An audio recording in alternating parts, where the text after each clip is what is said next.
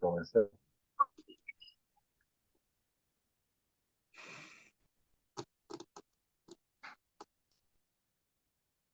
¿Alguien está grabando el video? ¿Fernando? Ya lo estoy grabando. Empecemos. ¿Está-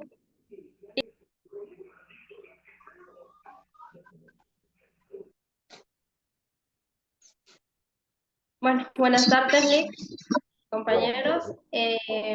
Estamos aquí pues para que nos brinde una pequeña información, entrevista sobre su vida laboral, por decirlo así. Entonces, en primer lugar, nosotros queremos empezar que nos cuente sobre su vida personal.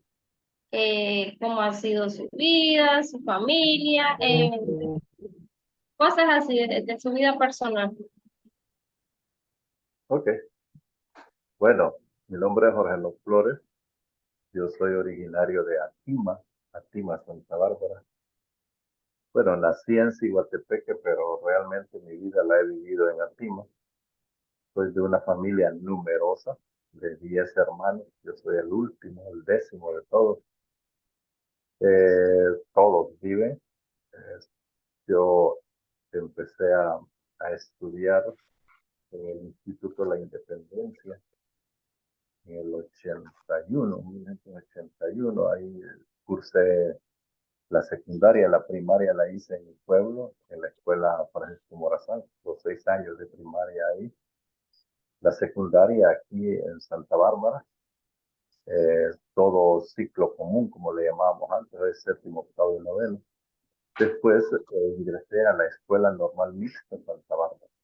Me gradué de maestro de educación primaria en la cuarta promoción de la Escuela Normal Mixta Santa Bárbara, en 1986. Inmediatamente, el siguiente año, me trasladé a Tegucigalpa a estudiar a lo que hoy es Universidad Pedagógica, antes se llamaba Escuela Superior del Profesorado. En el 89 nos agarró la transformación de Escuela Superior a Universidad Pedagógica y nos quedamos sacando una licenciatura. En aquel momento era una licenciatura en literatura. Egresamos muy jóvenes de la licenciatura en literatura y luego entramos a trabajar a la educación media. Estuve 2 años en Lempira, 5 años, 6 años en Choluteca, en el José Cecilio del Valle y el Santa María Goretti, que son los colegios más grandes y más de prestigio del sur del país. Y cuando se fundó el Instituto Eulogio Galeano Trejo, me trasladé a Santa Bárbara en el 96, 97 a trabajar al Eulogio Galeano Trejo. Ese mismo año concursé para la secretaría de la Normal Mixta de Santa Bárbara, que era un sueño que yo tenía de trabajar, volver a la normal, pero como profesor, no como alumno. Y trabajé 15 años de secretario de la Escuela Normal Mixta de Santa Bárbara. En el 2012 concursé para la subdirección del Instituto de la Independencia. Hasta esta fecha he trabajado en el Eulogio Galeano Trejo y en el Instituto de la Independencia durante todos estos años. Ya llevo 35 años de trabajar en la docencia. En el 2005, 2006,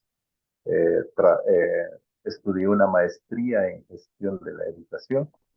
Eso me valió también para trabajar en la pedagógica. Ya llevo 24 años de trabajar en educación a distancia de la Universidad Pedagógica. En el 98 se funda el programa de formación continua.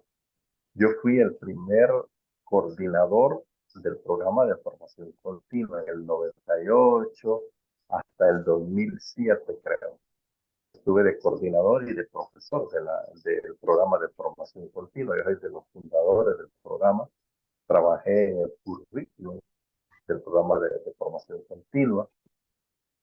Trabajé en el programa de Español 1, Español 2, Literatura Universal. que eran las clases que yo perdí en el programa de formación continua. Después, cuando terminé la maestría, me quedé 1 o 2 años más trabajando en formación continua y desde entonces no he vuelto a trabajar en formación continua porque siempre me chocaban los horarios entre educación a distancia, porque siempre he trabajado en Gracias, Lempira y en Santa Rosa de Copán. Y cuando estuvo educación a distancia aquí en Santa Bárbara, Gualdina fue mi alumna ahí en esos Así, años que estuvo así. la educación,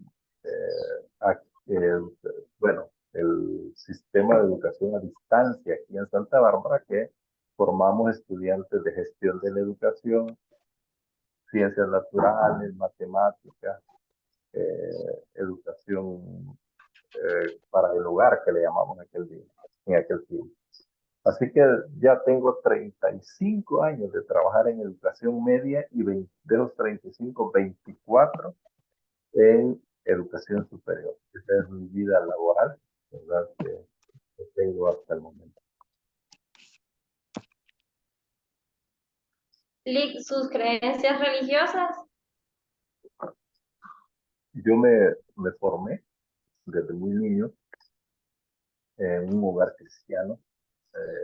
Bueno, yo fui a nacer por accidente al Hospital Evangélico de Ciguatepeque. Allí mi mamá conoció a las cosas del Señor. Ella y mi hermana fundaron la Iglesia Evangélica Centroamericana y Nativa. Y entonces yo crecí bajo los cánones de la Iglesia Evangélica, sobre todo Iglesia cristiana, la Iglesia Evangélica Centroamericana, que es muy conservadora.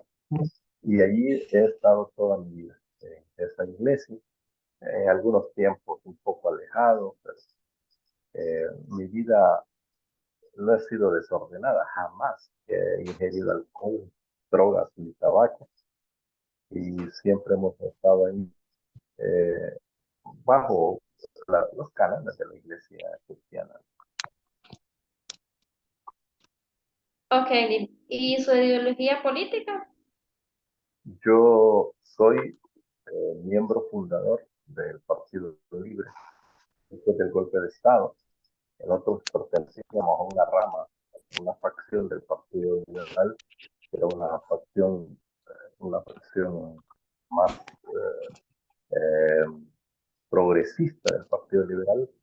El Partido Liberal en los 80 era un partido que se movía en dos movimientos, ¿no?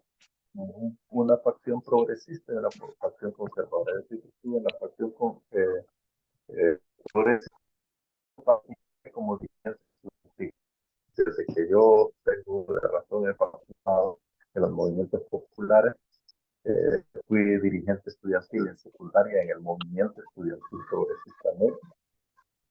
En la educación superior en el Frente Estudiantil Progresista FEP30 de la Universidad Pedagógica, y en la vida gremial con el COPEN, con el grupo, la facción del COPEN que le llamamos Brecha.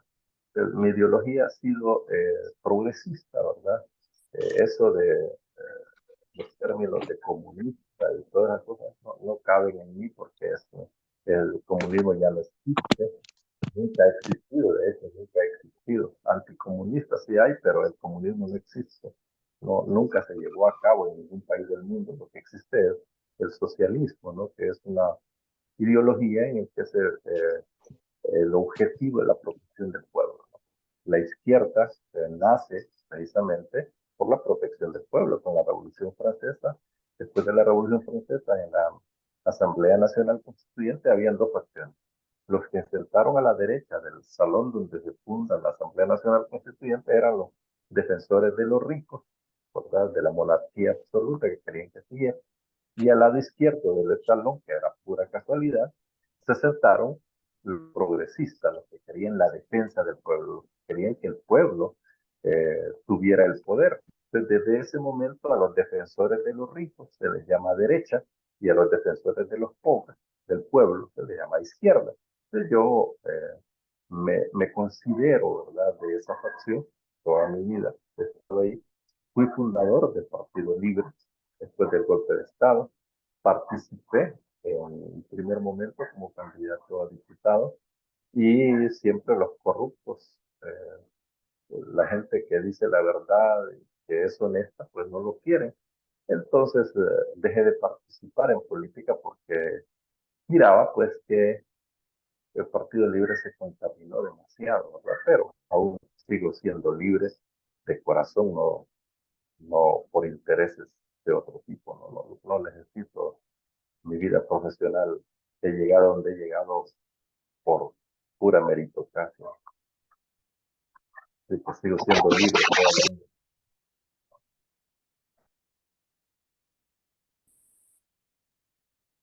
Lee, ¿cuántos hijos usted ha procreado? 2 hijas, hembras, que ya están casadas. Una vive en Italia, casada, un argentino italiano. La otra ella estudia en Estados Unidos y ella conoció a un argentino y se fueron para allá. La otra es odontóloga, está sacando su especialidad, también ya está casada. Su especialidad es República Dominicana, ¿no? Ya termina su especialidad. Yo tengo 2 hijas ya mayores, casadas.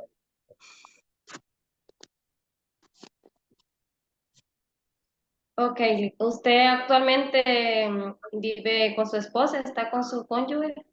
Claro, así es. Nos quedamos solos.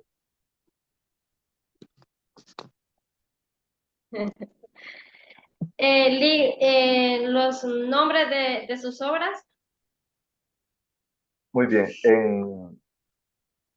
en el 2007 yo participé, bueno, antes, en el 94, fundamos, cuando yo trabajaba en Choluteca, fundamos un grupo literario que se llamó Ramón Padilla Cuello, ¿verdad? Era un grupo literario que teníamos allá.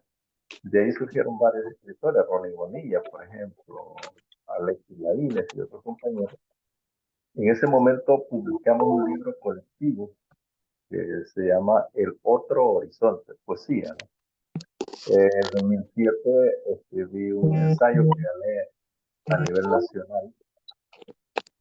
Los demás que no están participando, yo creo que deben de apagar el micrófono.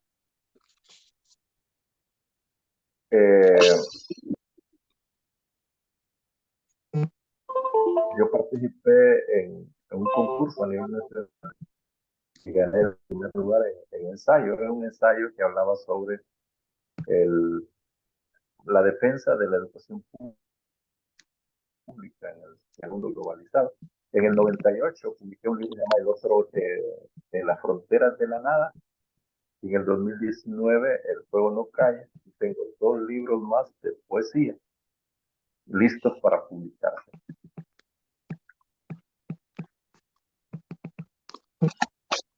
Hola, licenciado.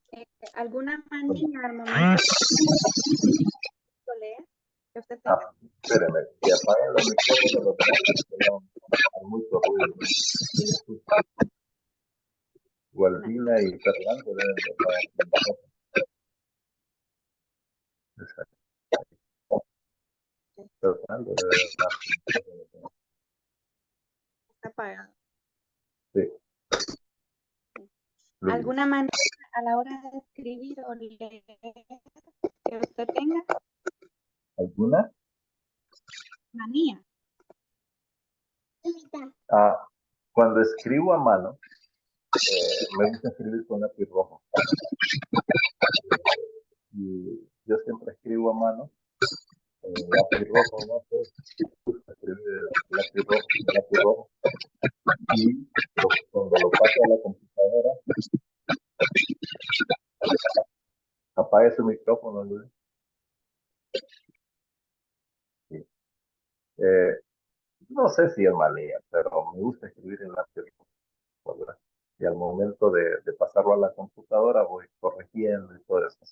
Y me gusta escribir de noche, por las noches, con toda la soledad y el silencio de la noche.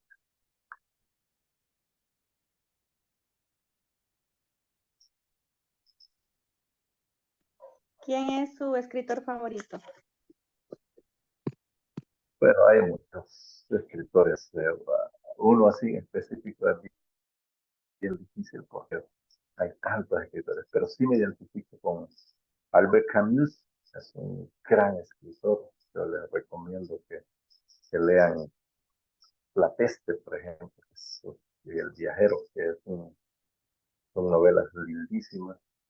A mí me fascina Albert Camus, Frank Kafka, un alemán, escritor alemán, Hermann Hesse, que es escritor alemán también bellísimo, y García Márquez, por ejemplo. Me identifico mucho con Borges, Jorge Luis Borges, argentino, Julio Cortázar, con unos cuentos bellísimos que tiene Julio Cortázar, ¿no? Y en poesía, pues Huidobro, que es uno de los grandes escritores, Octavio Paz, que es un mexicano, y Pablo Neruda, que para mí es lo máximo en poesía, y en narrativa Gabriel García Márquez, ¿verdad? Que son lo máximo en la literatura universal. ¿Cuál fue el primer libro que usted leyó que más le impactó y por qué? Pues el primer libro que yo leí cuando era un adolescente,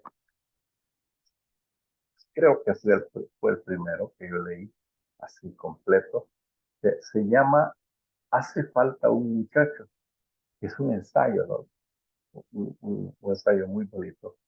Y me impactó mucho porque es un libro eh, donde cuando uno es adolescente lo lanza al, como quien dice, al ruedo, a ver el mundo, a descubrir el mundo.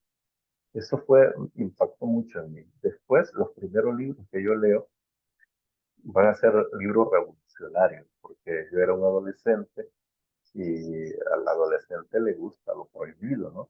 Y era prohibido, por ejemplo, leer Prisión Verde. En los 80, en los 70, 80 era prohibido leer en este país a, a, a Amaya Amador. Era prohibido, ¿no? El que encontraban con un libro de Ramón Amaya Amador iba desaparecido, pues desaparecieron cualquier cantidad de gente.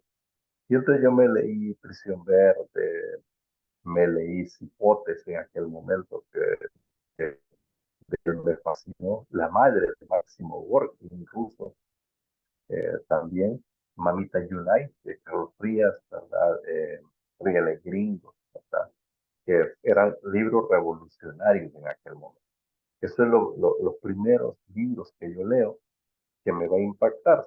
Y como poesía, yo recuerdo, como metido en el rollo de la religión, cuando yo leía El Cantar de los Cantares, me inspiraba, ¿verdad? Porque es un poema. El Cantar de los Cantares es un poema, pues podríamos decir un poema erótico, ¿no? Es bellísimo y eso me impactó mucho. Esos libros en aquel momento de adolescente me impactaron mucho.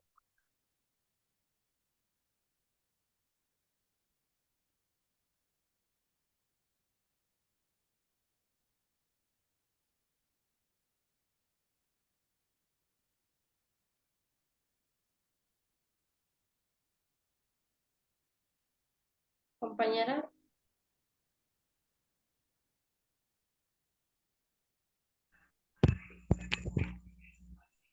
Bueno, yo tengo una pregunta también. ¿Con qué editoriales usted ha publicado sus obras? Ujú. Eh, bueno, la primera editorial que yo tuve, bueno, realmente nosotros en Biblioteca no tuvimos contacto directo con una editorial porque teníamos a un profesor que era un maestro, era un doctor, tenía un doctorado en literatura de la Sorbona de París, Artudito Alvarado. Cuando él vio nuestro trabajo literario en el grupo, hizo él los contactos con la editorial Guaymuras desde el teatro. Publicar con Guaymuras en aquel momento era un privilegio, eran dos, tres editoriales que había. El primer libro que publicamos fue con la editorial Guaymuras. Se llamaba El Otro Horizonte, que éramos 5 los que publicamos poesía ahí. Y ya el siguiente libro que yo lo publico con una editorial que se llama Gato Solo, pertenece a Salvador Madrid, un compañero que monta el Festival de los Confines de Gracia del Empire. Él hizo el trabajo de corrección y todo el rollo. Gato Solo se llama la editorial. Y este libro, El Fuego no calla, pues lo publicamos con Goblin Editores. Goblin Editores ustedes lo tienen en la parte de abajo. Aquí está el Goblin. Goblin significa como duende o algo así. Y es de un poeta, de un gran escritor hondureño, Elvin Munguía se llama. Él me hizo el trabajo de corrección y todo el, todo el rollo de lo que es editorial, ¿no? Con ellos he publicado y yo creo que el próximo libro también lo voy a publicar con Goblin Editores, que es uno de los mejores sellos editoriales de este país. ¿Por qué considera? Ajá. Fernando, y con Amazon, ¿verdad? Los dos libros, El Otro Horizonte, quiero decir, en las fronteras de la nada, El Fuego no calla, también con Amazon, están en digital en Amazon y en físico. Sí, ¿por qué considera usted que a algunas personas no les atrae la lectura? Miren, son cuestiones estructurales realmente. ¿Por qué digo estructurales? Bueno, la lectura, como yo le escribí a algunos de ustedes, nos cambia la vida, ¿no? Cuando uno lee, cambia el pensamiento, cambia la perspectiva, la forma de ver el mundo. Cuando usted lee, viaja mucho, como dice Saavedra, ¿no? Cervantes decía, quien lee mucho, viaja mucho. Y la lectura nos amplía el horizonte, nos hace ver la vida de otra manera, el mundo de otra manera. Entonces, cuando uno lee, cuando la persona lee, cuando el individuo lee, se vuelve una persona más crítica, más analítica y sabe lo que va a decir, sabe qué va a hacer, ¿verdad? Nadie lo va a envolver en una mentira porque la lectura le da esa facilidad a uno de ver las cosas desde otro punto de vista. En nuestros países subdesarrollados, a los políticos no les conviene que la gente lea. ¿Por qué? Porque entre más tonto es la gente, es más fácil engañarlo, ¿no? En la Edad Media, por ejemplo, la Iglesia Católica prohibía al pueblo que aprendiera a leer y escribir. Solo era el privilegio de la clase poderosa, del hijo, los que tenían acceso a los libros eran el hijo varón de la nobleza y los frailes, los curas en las abadías y en los conventos. El pueblo no, porque decía la Iglesia Católica y la Santa Inquisición que si el pueblo aprendía a leer y escribir iba a terminar rebelándose a la Iglesia. Claro que sí, ¿no? Althusser, uno de los grandes críticos que hay en la historia de la humanidad, plantea que la escuela es un aparato ideologizador del Estado, que por lo tanto en la escuela no se nos enseña a ser críticos, a ser analíticos, no se nos enseña a leer literatura, a duras penas, un librito en todo ciclo, no un libro quizá de cuento o una novela. Y de ahí nada. Pero en los estudiantes en Finlandia, por ejemplo, en el año un cipote de la escuela se está leyendo entre 70 y 120 libros en un año. ¿Ya? Entonces, es otro nivel, otra cultura.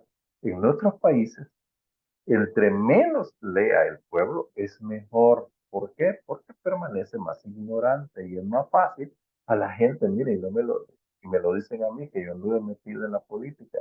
A la gente le encanta que le mientan. Es que yo no sé, el pueblo tiene esa maldición que cuando yo lo comprobé, yo le decía a la gente del libro, por favor, no mintamos, hay que la gente que diga la verdad. Y alguien me decía, estás tonto vos, si a la gente lo que le gusta, que le mientan, con 100 pesos se conforman. Y es verdad, la gente ve el momento, ¿no? O sea, a la gente no le gusta eh, pescar, sino que le den el pescado ya frito solo para comer. Entonces la lectura, eso es, la lectura despierta el conocimiento, despierta el análisis, eh, eh, que el individuo sea más crítico, más analítico. Y al sistema en que vivimos, capitalista dependiente, no le conviene. que el pueblo sea de esa forma. Entonces, por lo tanto, el sistema educativo está hecho para reproducir ese tipo de gente. En el sistema educativo, no, los profesores de español es que hacemos estas cosas que estamos haciendo ahorita, somos los únicos. Y de ahí nadie.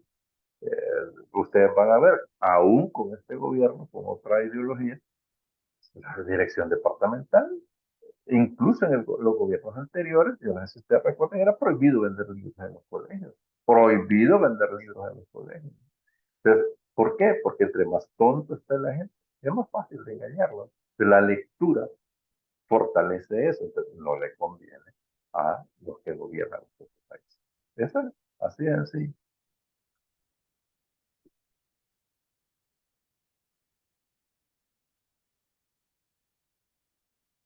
No se le escucha a Kate. No se le escucha. Tiene abierto el micrófono, pero no. Yo no escucho al menos.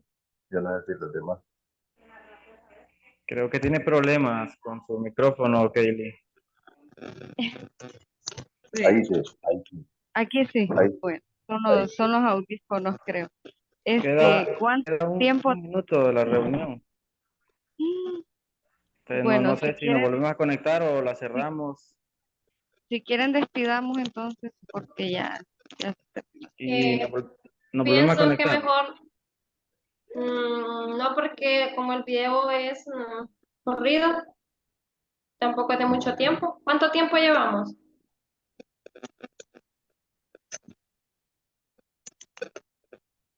En Zoom son 40 minutos, nada. 40. Bueno, Una ustedes pregunta deciden. más y cerramos la entrevista Ok. entonces. Sí. Bien, mi pregunta era, si se escucha todavía, ¿cuánto tiempo tarda en escribir un libro? Por ejemplo, el libro El fuego no calla, ¿cuánto tiempo le tardó en escribir?